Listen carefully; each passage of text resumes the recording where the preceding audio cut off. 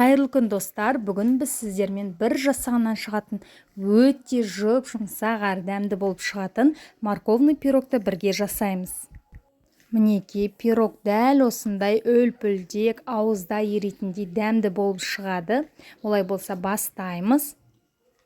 Ең алдымен біз қажетті заттарымызды өлшеп, барлығын дайындап аламыз. Барлық заттардың қажетті мөлшерін сіздерге описанияға төменге қалдырып кетемін. Сонымен қатар достар, менің каналымда түрлі тәттілердің тағамдардың рецептісі бар. Каналыма тіркеліп алуды ұмытпаңыздар. Ең алдымен ыдысымызға жұмыртқамызды жарып, үстіне шым-шым тұз салып, барлығын жақсылап миксерлеп бастаймыз. Миксерлеген кезде ең баяу жылдамдығынан бірте-бірте жоғары жылдамдыққа қосамыз, және де өлшеп алған қантымызды аз-аздан сала отырып миксерлейміз.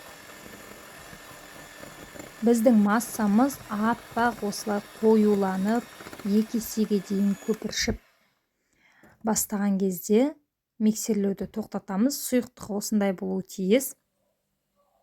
Енді осы сұйықтықтың үстіне сұйық майымызды саламыз.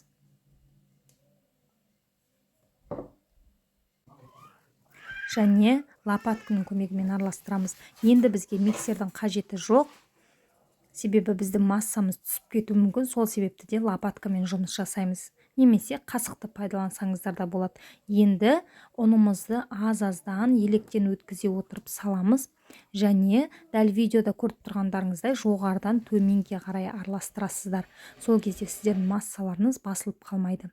Және үстіне қалауыңызша осылай мен секілді грек жаңғағын пайдалансаңыздар болады. Жаңғақты салу міндетті емес, мен өзіме ұнағандықтан аз ғана салдым. Сондай-ақ сәбізді үккіштің ең кішкене көзінен өткізіп саламыз, және оны да жақсылап жоғарыдан төменге қарай толық араласып кеткенше араластырамыз. Бұл жерде грек жаңғағын орнына мак қоссаңыздар да болады, немесе ештеңе қоспасаңыздар да болады. Және ұмытып барады екенмін, 1 шай қасық разрыхлитель салуды да ұмытпаңыздар. Енді осының барлығын жақсылап араластырып, осы кезде пешіңізді 180 градусқа алдын ала қыздырып қойсаңыздар болады. Және осы біздің қою массамызды 22-24 диаметрлі формаға пісіріп алсаңыздар болады. Немесе 20 диаметрде өте биік болып шығады. Менде 22 болмағандықтан мен 24 диаметрлі үлкенірек формаға жасадым. Сол себепті де менің пирогым қатты биік болып шықпады. Егер сіздерге қатты биік болып көтерілгенін қаласаңыздар, 20 диаметрлі формаға жасасаңыздар болады.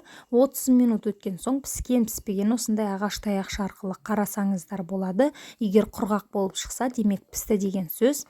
Осымен біздің морковный пирогымыз дайын. Міне кесіп жатқанда көрініп тұр, жұмсақ болып былқылдап тұр. Ішкі көрінісі дәл осылай болып көрінеді.